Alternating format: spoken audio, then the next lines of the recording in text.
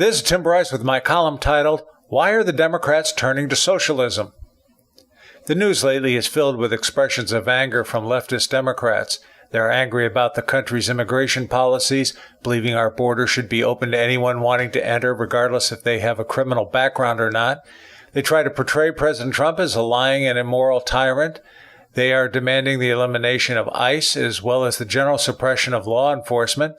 And they are particularly angry the president will replace Supreme Court Justice Anthony Kennedy with a conservative jurist, someone who will adhere to a strict interpretation of the Constitution rather than enacting law from the bench. The left has taken to the streets in protest and adopted a policy of harassment towards Republicans. This will only increase as we approach the 2018 midterm elections, and it goes well beyond the protests of 1968, as it is more akin to the visceral rhetoric preceding the Civil War. In particular, young people have become willing pawns of the left in advocating anarchy and socialism. It is disturbing young people do not truly grasp the nature of socialism or capitalism, probably because they were never taught these concepts in school other than teachers and professors advocating the socialist agenda. As such, students are being brainwashed into believing socialism is good and capitalism is evil. While capitalism is commonly portrayed as another form of greed by the 10% controlling the wealth, socialism is sold as a more fair and equitable solution. In reality, capitalism is a celebration of the individual's right to try and succeed, requiring a sense of risk. In contrast, socialism concentrates on the rights of the group overall, controlled by government, thereby suppressing individual ambition and risk. Unlike capitalism, which allows for failure, there is no such sense of loss in socialism, nor sense of victory. Essentially, everyone receives a trophy, win or lose. The two socioeconomic programs are as different as night and day and are simply incompatible. Socialism's group dynamics may sound appealing to the uneducated, but it has a horrible track record over the years. Whenever it has been tried and failed, life eventually returns to capitalism, which is more natural to the human spirit. Whereas socialism is revolutionary, capitalism is more evolutionary, as described by Darwin's natural selection.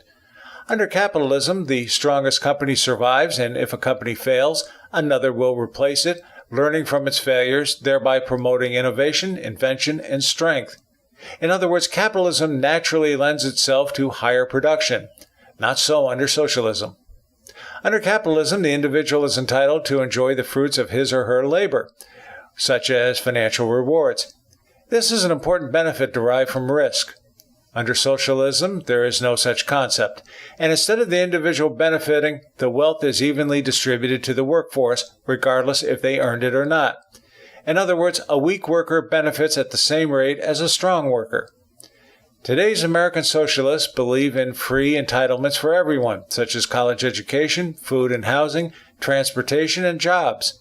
This may sound enticing, but they have no clue as to how to pay for all of this. To encourage entrepreneurship, our founding fathers took steps to safeguard the intellectual property of the individual. This specifically includes Article 1, Section 8 of the United States Constitution, wherein the powers of Congress are defined. It states in part, quote, "The Congress shall have power to promote the progress of science and useful arts by securing for limited times to authors and inventors the exclusive right to their respective writings and discoveries," end quote. This led to such institutions as the Patent and Copyright Offices, which were specifically designed to safeguard an individual's intellectual property. As early as 1790, the first patent and copyright were approved. At the time, safeguarding intellectual property in this manner was rare to the rest of the world. By promoting the entrepreneurial rights of the individual, our forefathers were embracing capitalism. Interestingly, to clarify the ideological differences in this country, while the Democrats have embraced socialism, the Republicans have embraced capitalism. This also explains why Democrats want to do away with the Constitution and why the Republicans embrace it. Taking it a step further, this provides the rationale as to why patriotism has hit a new low in the United States, according to Gallup. Whereas Republicans are still proud of their country, there was a sharp decline since 2017 among liberal Democrats. Another area of confusion is the fundamental nature of our government. Is it a democracy or a republic? Under democracy, the people vote on everything which is unworkable to just about any size country. Instead, we elect people to represent our interests, specifically Congress and the White House. These are people whose job it is to study our problems, debate issues, and formulate policies and courses of action. Make no mistake, America is a republic. As another key ideological difference in this country, whereas Democrats refer to America as a democracy, Republicans refer to it as a republic. This also explains why Democrats reviled the Electoral College as prescribed by the Constitution, believing a popular vote should be the sole criteria for electing a president, not a representative-based solution. So why are the Democrats so loud in their protests? First, as they have lost control over the Congress and presidency, they have become more desperate to regain control. More importantly, they do not want a country as defined by the Constitution as it interferes with socialism. This is why they want open borders, suppress the power of law enforcement, and do not want a constitutional jurist as appointed by Mr. Trump. All of this gets in the way of their agenda. Friends, keep the faith.